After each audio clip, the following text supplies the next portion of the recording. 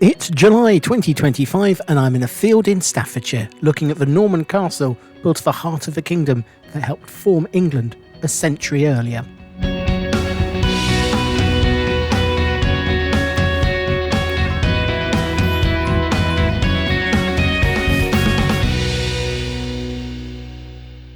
Tamworth is located at the confluence of the Tame and Anker rivers and was already home to the Coritani tribe when the Romans turned up with their Watling Street and settlement at Æthelflæd.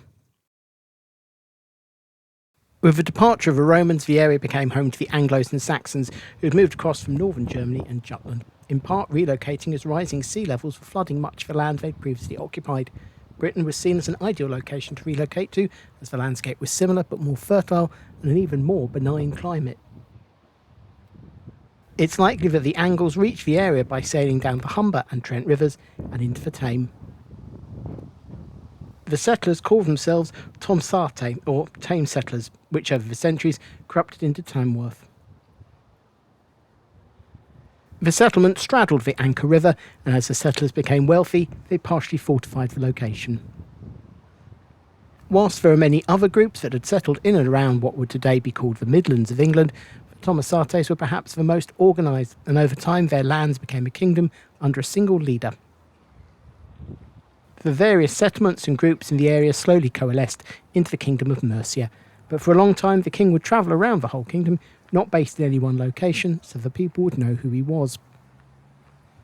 That changed by the time of King Offa, who took charge of Mercia in 757 as he established Tamworth as the centre of royal power and a base from where he could expand his ambitions.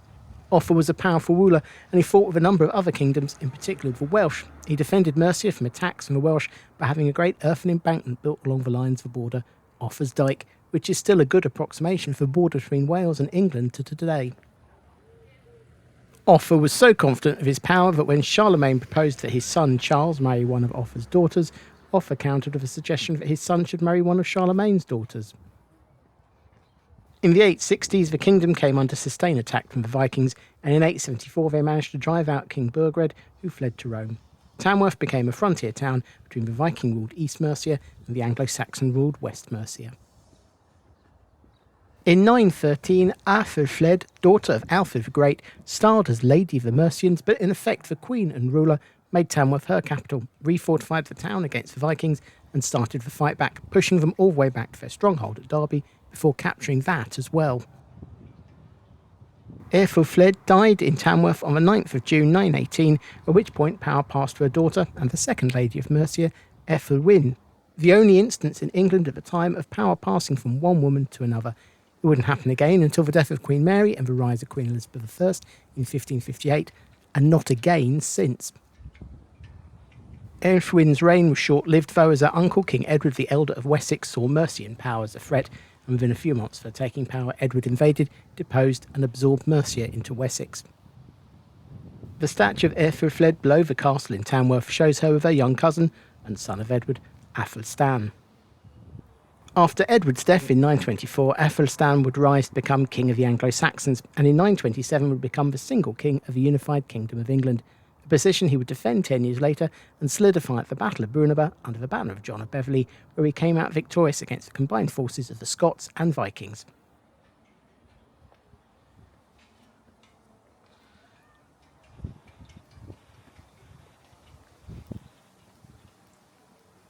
However, Tamworth's time at the centre of power was pretty much over, though the town was still considered important enough that when the county system was established, the town was split down the middle between the newly created shires of Staffordshire and Warwickshire to ensure sufficient manpower to cover the town's defences, as they'd be able to call on resources from both shires.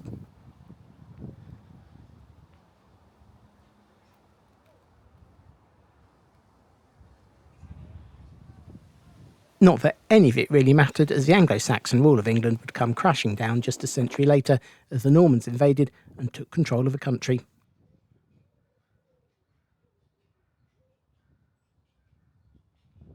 Tamworth wasn't mentioned in the Domesday Book, likely a result of the town being split between Staffordshire and Warwickshire, causing confusion to the surveyors.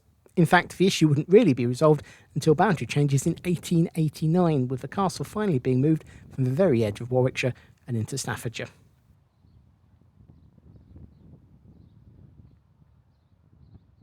The area in and around Tamworth was granted to Robert Despenser by William the Conqueror, and at some point in the 1080s he started work on the construction of a typical Norman motte and bailey castle, initially made out of wood, and in part on the site of the former Saxon fortifications.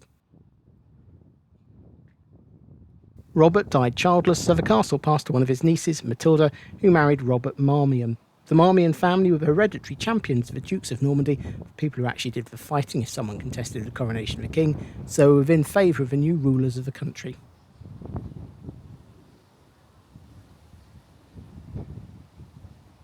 The Marmion family would hold the castle for 6 generations until 1294, and it was during that time they would remodel the castle in stone, taking on much of the form that it has to today.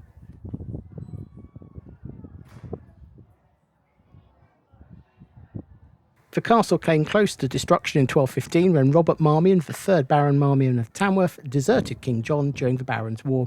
A furious John ordered Robert's son Geoffrey to be imprisoned, all of Robert's land to be confiscated, and Tamworth Castle to be demolished. Thankfully, little demolition work had been undertaken when John died of dysentery the following year. The Marmion family were able to regain all their possessions.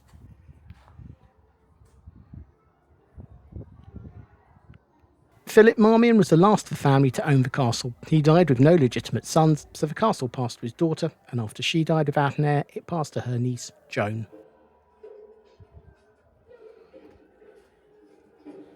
Joan was the wife of Sir Alexander Freville, and the Freville family would go on to own the castle until 1423, at which time it passed into the Ferrers family.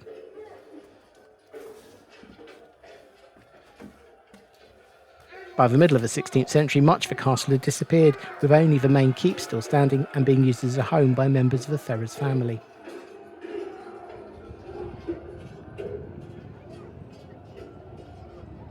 The castle was captured by parliamentary forces in June 1643 after a 2-day siege and was garrisoned by them. Because of this, the castle escaped the slighting order that led to the destruction of many other of England's castles.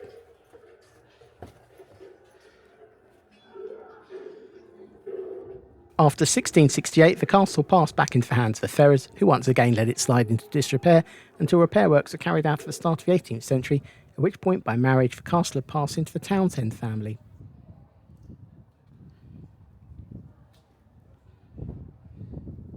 The family lived on and off in the castle, but by the Victorian era it was being rented out as a family home, with the Townsends living elsewhere.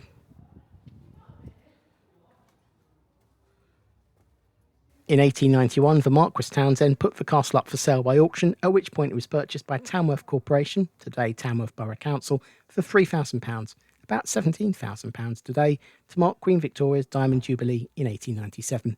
2 years later, the castle opened for the public as a museum.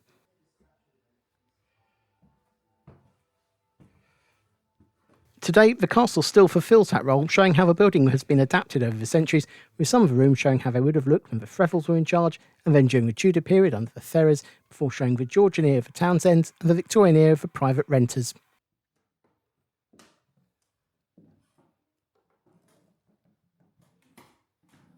The dining hall is laid out as it might have been during the Tudor period, with a neighbouring antechamber showing how dishes would have been prepared for serving after having been brought up from the kitchens below.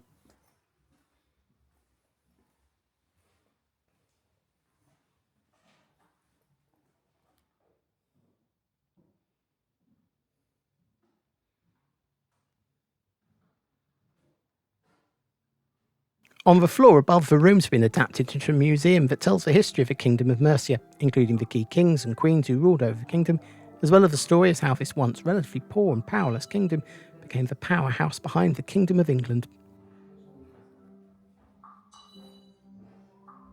There's also a small number of artefacts from the Staffordshire Hoard, the largest hoard of Anglo-Saxon gold and silver metalwork ever found, dating from around 650 to 675 AD, that was discovered in a field near Lichfield in 2009. From the museum floor, you can climb up onto the roof of the tower of the castle, from where you can look down into the courtyard of the castle building, where it's easy to make out the different eras of construction from the medieval Great Hall to the Tudor South Range.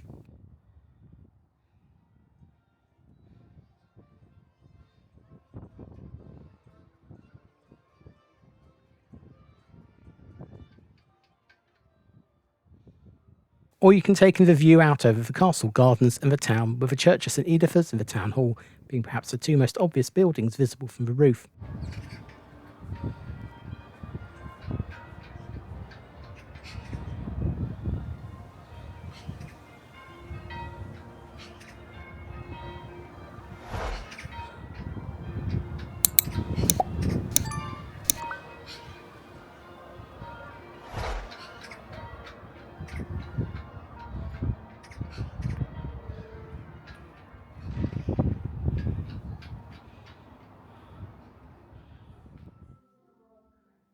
Back down in the castle rooms and you pass through the ladies' chambers, the sleeping quarters of the Tudor lady of the house.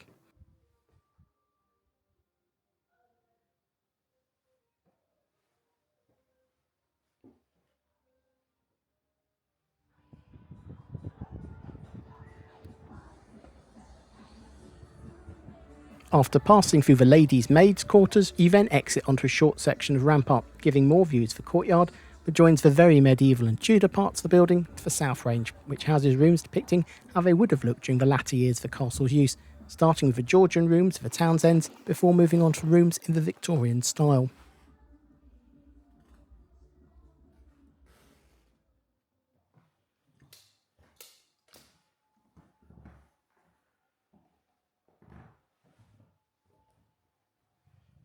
The route through the castle takes you back down to the first floor, where you can look around the Oak Room, called so for pretty obvious reasons, before passing into the Victorian era withdrawing room.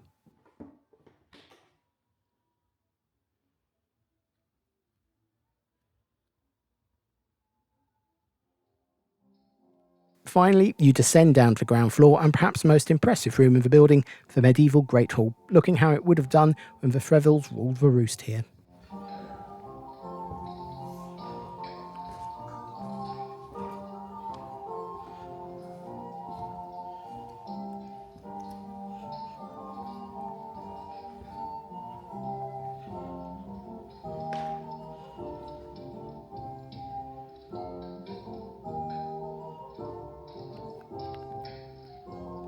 One of those buildings that was visible from the roof is the Church of St Editha's. Today, it's the largest parish church in Staffordshire.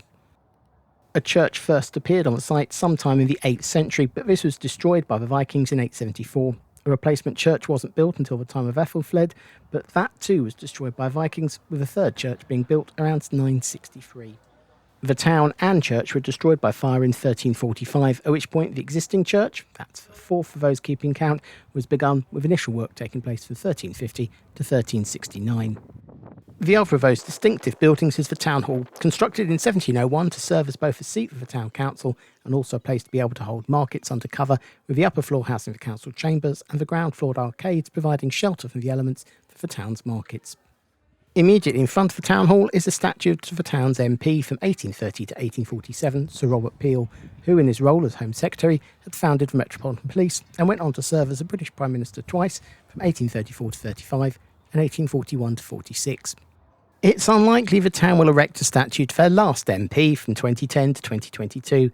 Chris Pincher, forced to resign as Deputy Chief Whip after allegations of sexual misconduct, though his resignation did finally bring down Boris "I'll part if I want to" Johnson as Prime Minister. 7 miles to the northwest of Tamworth and located close to the village of Alrewas is the National Memorial Arboretum. The original idea for the Arboretum came about in 1988 when Commander David Childs wanted to establish a national focus or centre for remembrance to those who died after giving to their community or country. An appeal was launched in 1994 by the then Prime Minister John Major, who believed that an arboretum would form a living tribute to servicemen and women for future generations to reflect upon as they walked through beautiful woodland and parkland scenery. Eventually, it was agreed that the Arboretum would be the site of location of the Armed Forces Memorial, a memorial for all those members of the British Armed Forces who've died in active duty or by acts of terrorism since the end of the Second World War. The Ministry of Defence pays a grant in aid each year to the Royal British Legion, who look after the site to ensure that it would always be free to visit. Tarmac Lafarge gifted expired gravel pits of the confluence for Trent and Tame rivers to the project in 1997, at which point planting work started with grants from the Forestry Commission and the National Forest, of which the Arboretum is also now a part of. The Arboretum and Visitor Centre, which includes an exhibition on both the site and remembrance, were officially opened on the 16th of May 2001, and today has grown to have more than 25,000 trees and over 400 memorials.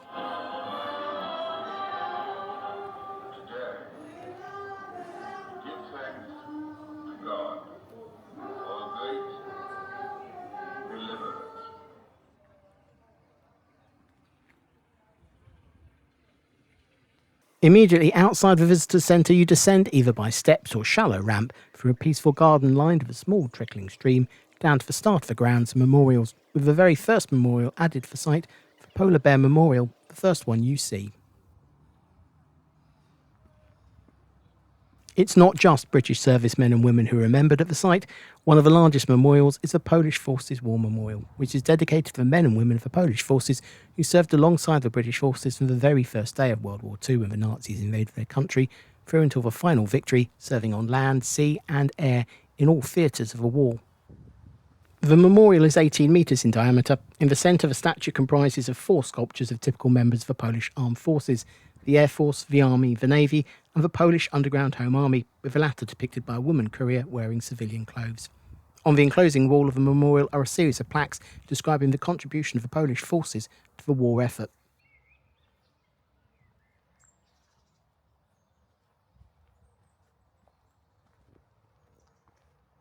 The site makes use of the natural landscape so that you discover memorials as you wander around, including, up by the banks of the River Tame, the memorial to nurses who died during or as a result of their service in both World Wars. The sculpture features hands holding a globe, inscribed with the name of nearly 1,300 nurses who gave their lives.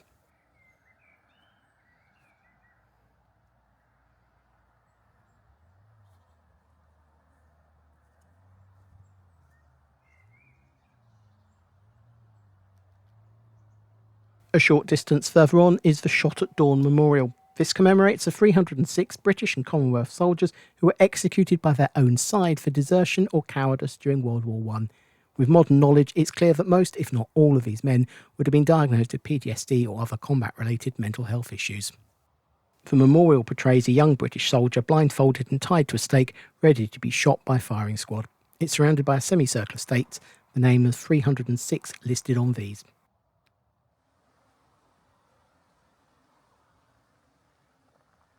Memorials are dotted across the Arboretum with a full list available on the NMA website and helpful staff of the visitor centre who can direct you to specific memorials that you might be interested in, especially as memorials are set out in no particular order to encourage visitors to wander and discover.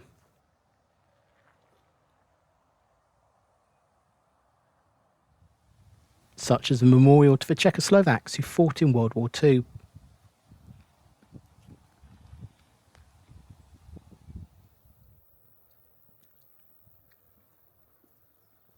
And it's not just those killed in wars and conflict who are memorialised. One of the tallest of the monuments is the UK Police Memorial, dedicated to police officers who've fallen in the line of duty.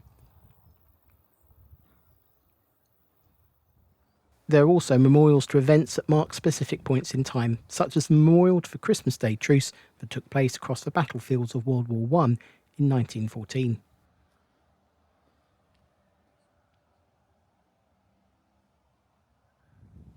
As well as a space for people to come and remember their own loved ones, with a tree of cherished memories being a remembrance space for all, with the ability to purchase leaves to be added to the memorial for 5, 10 or 25 years for personal dedications.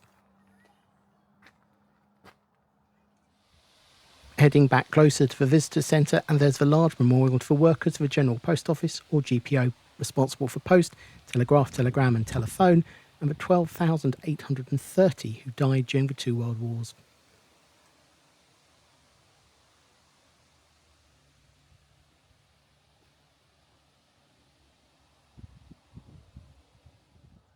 One of the most colourful of the memorials is the Naval Services Memorial, with 13 glass panels, each representing an ocean, with a sailor, bowed head, facing the setting sun.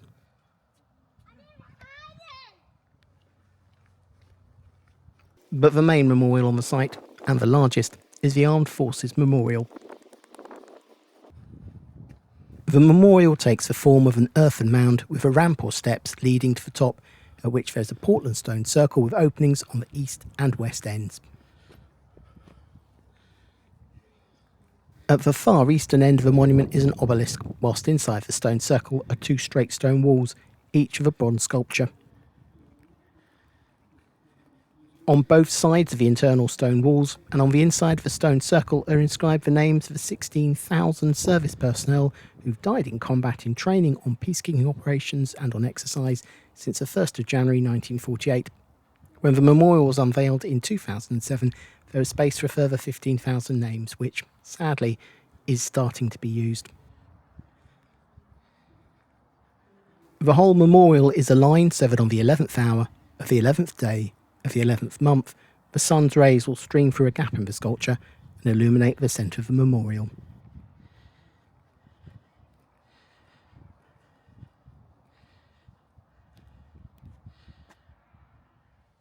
They shall grow not old, as we that are left grow old. Age shall not weary them, nor the years condemn. At the going down of the sun and in the morning we will remember them.